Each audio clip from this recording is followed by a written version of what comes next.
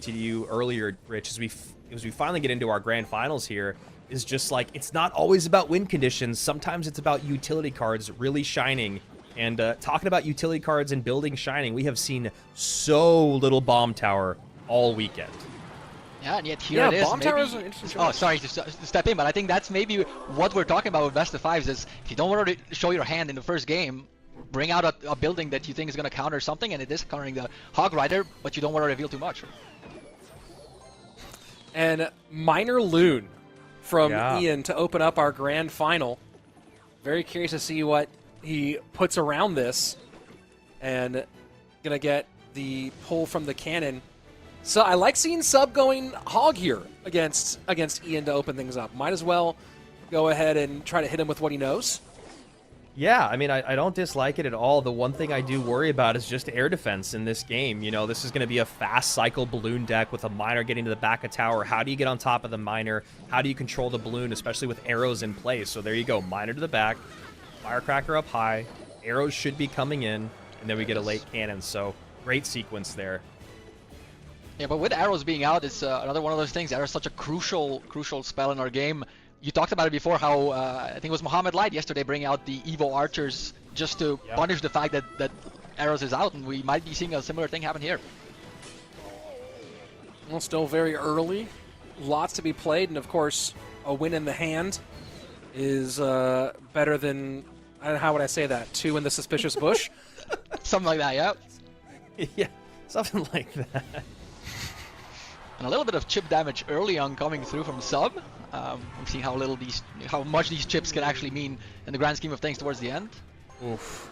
Wow, that is, I think, maybe one of the last cards you want to see if you're Sub, because now there is not only the arrows, there's also the monk. So you have an ability to deal with the cannon. You have an ability to deal with both firecrackers if you're able to get 2 down, which is why we're seeing one firecracker go opposite lane to try to create pressure offensively.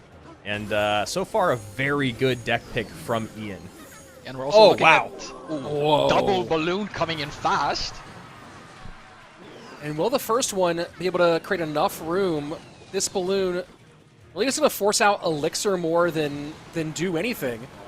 Wow. And that actually might be enough for some bomb damage, and it is 1783 on the death bomb, as we are just 15 seconds away from sudden death. I'm looking at, and as we enter overtime here, I'm looking at the Inferno Dragon as well. There's absolutely nothing to reset it, and there's only one proper anti-air for Sub, so this might get very tricky.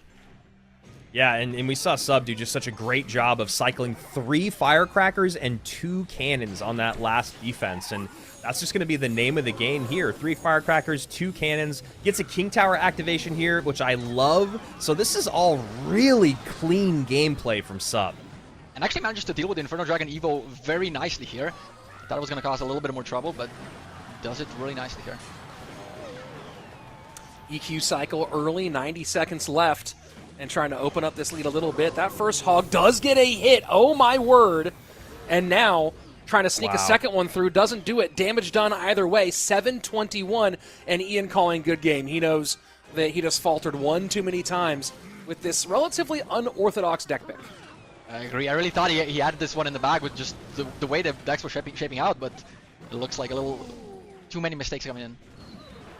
Yeah, I mean, you know, Ian also has the ability to 3-card cycle, and, you know, we saw him get 2 balloons out. I just think maybe it's less balloons, more miners, and more arrows. You know, the 1 balloon is going to bait out the firecrackers, then you can get the arrows on the board for that. But, you know, the miners are going to be ideally going to be getting damage on tower over and over. And with that, yep, Hog Rider comes in, Hog Rider finishes the game off, and that is Sub going 1-0 up. He has been playing so incredibly well. Again, like, this matchup doesn't look great on paper. He looks all the way around it. He get, like I said, 3 firecrackers on the board, constantly keeping up pressure in that left-hand lane. Even when he was playing that massive amount of defense, he still got the card you look at as like the key piece of what Clash Royale is, and so I think for that one, it would be hard for me to tell you that we want to nerf this. I think for certain cards, they're just too much of a staple to the game. Yeah, I love that answer too, because 2.6 does feel like it should just always be in the game, because if you're good enough with it, you should be able to climb with it, and I've always loved that about that deck, even if I don't like playing that deck or playing against that deck. Yeah. And I think that's, honestly, that's one of the signs that a card is good or a deck is good, is I don't like playing against it, I don't like playing with it, but I know what its role is, or I respect it in the meta. Mighty Miner sets up in the back, and, you know, talking about tower troops, you mentioned this earlier, Andrew, the Cannoneer, just on that left-hand side, we saw skeletons going up against bats, and snowball the bats and get significant damage from the skeletons. What a fascinating interaction. Yeah, and you know, what I do love about Cannoneer is that it is still good enough to be viable in the current meta. I think Chef is kind of struggling, and I'm sure, Marco, you probably have seen that as well. But, you know, Cannoneer, it is so easy to get punished with Cannoneer when you have fast and swarmy decks. Yeah, I think Cannoneer's found its place at, you know, a reasonable use rate, has like 2 or 3 decks where it really works well, and then it has its very clearly defined weaknesses. You know, bats are flying in your face. You know, you gotta do something about it, overcommit on the elixir, but that's just what the trade-off you take for the other good exchanges. 15 seconds until double elixir. Lead very slight for Ian, courtesy of the skeleton work on that left-hand tower. 25-69 on Ian's top right-hand tower. Ian's deck is, again, like, it's this interesting, I mean, it had to be Drill, right, when you see Evo Snowball, and he hasn't played anything else.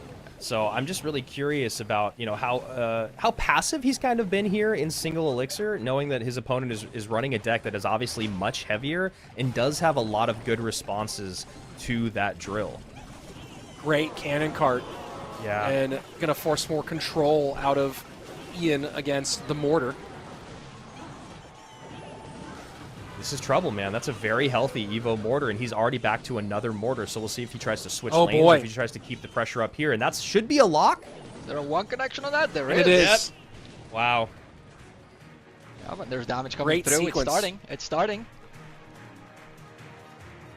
15 seconds left as we get closer to sudden death overtime.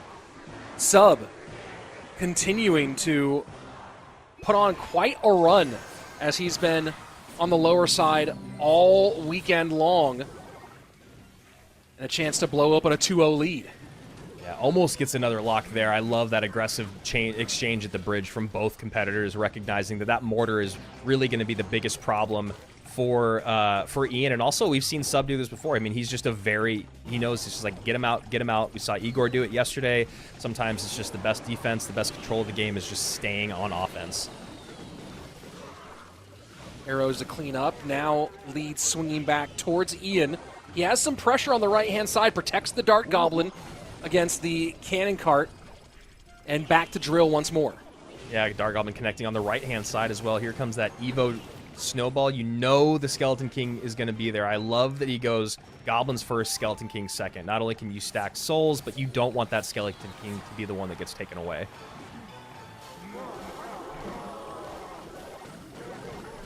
We'll be able to deal with all of the Final skeletons minute coming from the Skeleton King. Yeah, nice and clean there. I mean, Mighty Miner, it's just such a good counter to that Skeleton King, along with, you know, the fact that he's got the Dart Goblin. 48 seconds left. Triple elixir in effect. Just a Still pretty tight now.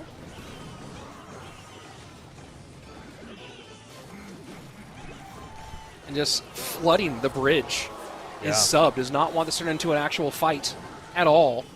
Miner doing some work. One little skeleton gets away. 14:07 lead for Sub in the final 25. Oh, that Tesla. What a good Tesla. But the mortar should lock. I don't think that Dark Goblin was in the way. Oh, it does. Down to 979 now. Very close. The poison coming through on the left side as well. Can Sub defend for long enough or get any more damage on the tower. Oh! The double Dark Goblin! Shoot away! Oh, no! Oh, the double Dark Goblin gets him! That is crazy. And look at Ian. Look at the look that Ian gives the camera when he hit that one. Did y'all see that? It was oh my god, it worked. Well, then afterward, it was kind of like a, yeah, that's right. Look out of Ian. Dude, I'll tell you right now. Has actually been one of the positives, since people are always purists when it comes to Clash Royale. This is one of the moments where we're finding them say, oh, yeah, this is actually a really great thing about evolutions. Yep, and Here we go, game number 3. And I would agree. Go ahead, Marco. Yeah, sorry, I was just going to say that I do agree with that assessment. Generally speaking, that's one of the things that really excites me about Evos, and every time we make them, it's like, this is a thing we can think about, is what card is dead and we can revive it. We're looking into the first Tower King activation, obviously from the Firecracker.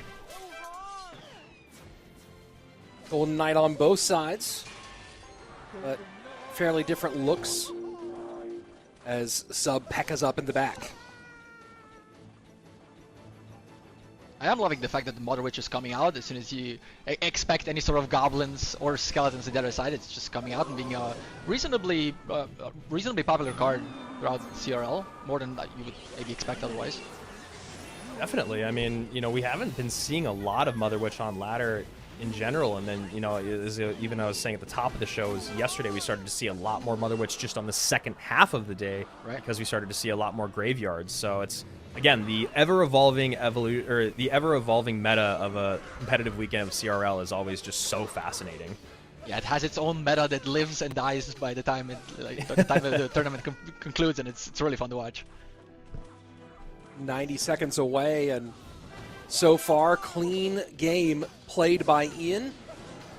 Should get a shot here. Guts gets 2. 21-38. That might have been a bit more than Sub was anticipating.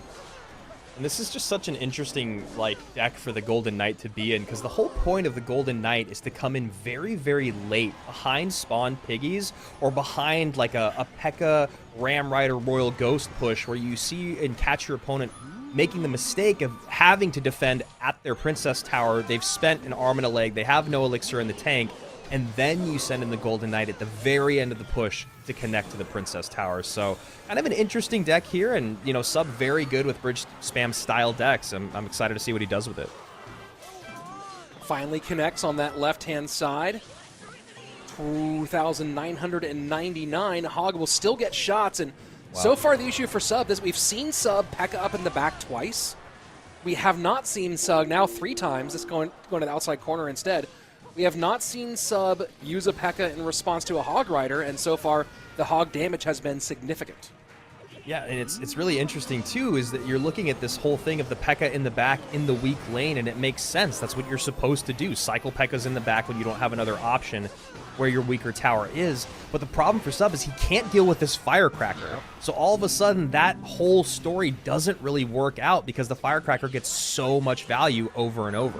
We got to see it a couple times also with the Mother Witch Rage combo. It doesn't actually quite kill the Firecracker. And I think Sub realizes what's happening here. Oh boy.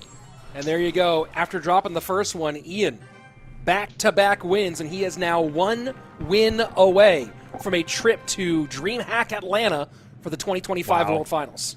Wow. Crazy, man. What a better time to do it. As we're waiting for game number 4, here we go. This is a chance for Ian to win his first opportunity to go to the World Finals. Sub here fighting for his life. And remember, if Sub somehow turns this around, we do have an upper bracket finals reset, as Ian has not yet lost a set this weekend. It's crazy to think that Sub needs to win the next 5 out of 7 matches, but that's where he is. Yeah, that upper bracket reset is so brutal if you're the person coming from the lower bracket. But it has been done. Well, especially in a best of 5 now, you think about the momentum shift that happens if you go into a bracket reset. So very, very curious to see how, if we get there, these guys handle the mental. And Ian going with some double rage here, the Lumberjack and the rage spell itself.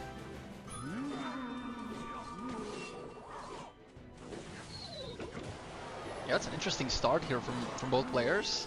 See another Mother Witch coming through. We mentioned before, it's just good. This meta of this CRL meta is just good. Yeah, I like what Ian's doing here with the Mother Witch. I think he's recognizing again that he's very susceptible to Graveyard. And now that he's played Mother Witch, I'm very curious to see what Sub does moving forward. And now we're also getting Ian calling good game again, because I don't think he has a way to deal with those Evo Archers, which are going to absolutely shred his Royal Giant. And he also doesn't have a way to deal with the pump. Yep. So this is a very tough one for Ian. Yeah, this is the situation that happens in a best of 5. That's why I love it so much. It's Arrows is out, other spells are out. Now you just have no way of dealing with it. Well, you should have thought about that. This looks like pump though, honestly. Yeah, I mean the pump is crazy. That's what I was saying. You guys are all talking about something. I'm like, the pump is here. Ian just ran the earthquake. We're seeing pump, and my brain is kind of exploding right now. And but that is a nice chunk of damage here. Can Ian get far enough ahead early on to get past pumps being the problem? Yeah, it's going to be tough. I mean, he definitely needs to stop feeding these Mother Witches, and there we go. Finally, a Knight gets out.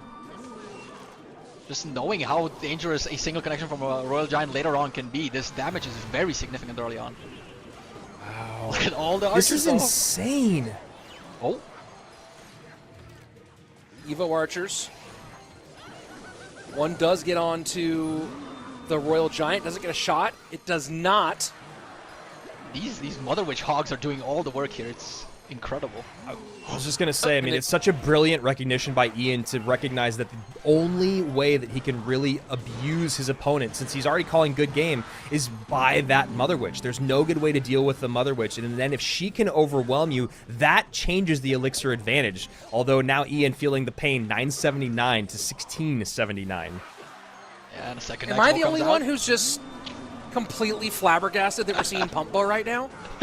I mean, it's a really great pick by Sub. You know, Earthquake is out, not a lot of other big spells to deal with the pump, you know, doing a good job getting the archers in because arrows aren't in play, and, you know, it's a tough one for Ian here, and luckily for him, he's got more games to play, but this is just a really great deck pick by Sub, and honestly, it's, I think one of the best things about BO5, as you're saying, Marco, is we have not had an opportunity to have a good Expo showing at CRL for quite some time, and now we're seeing it work in spades with the BO5. And it's Pump Expo of all the varieties.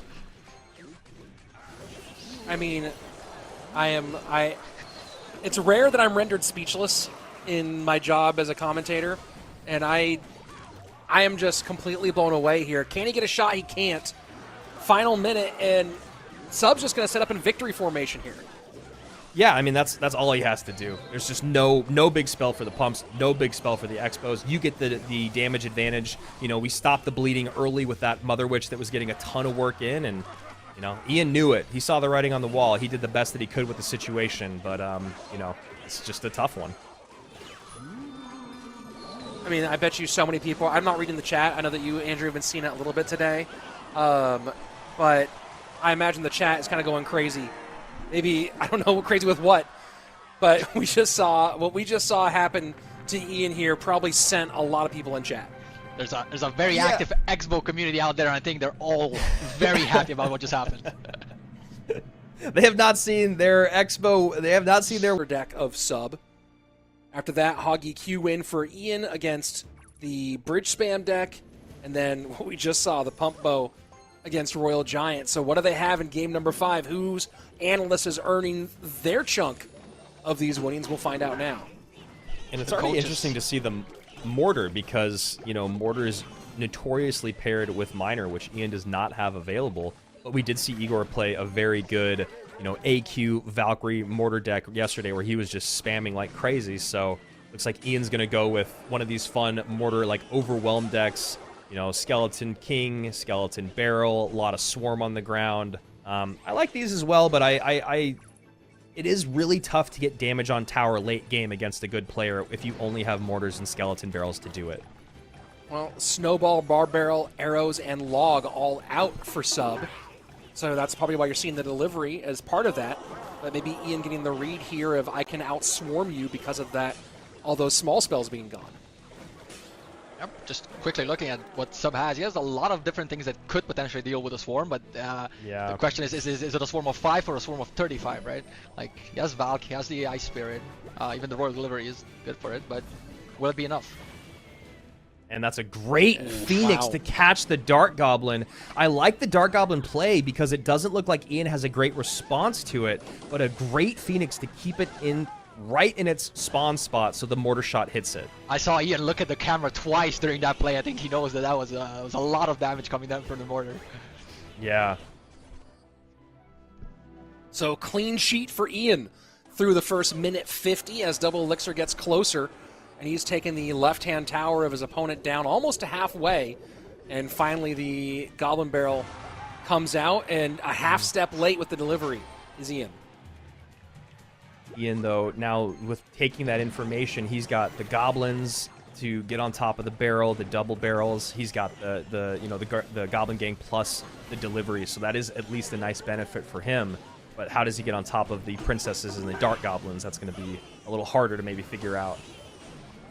Fireball trying to clear. Delivery picks up.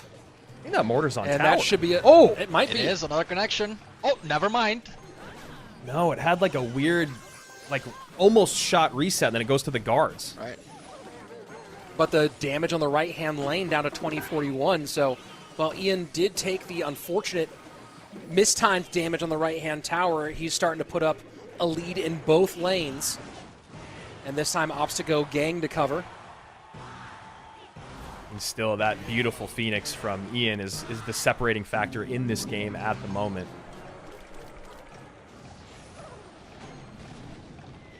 And happy to take that -1 for the Fireball and tower.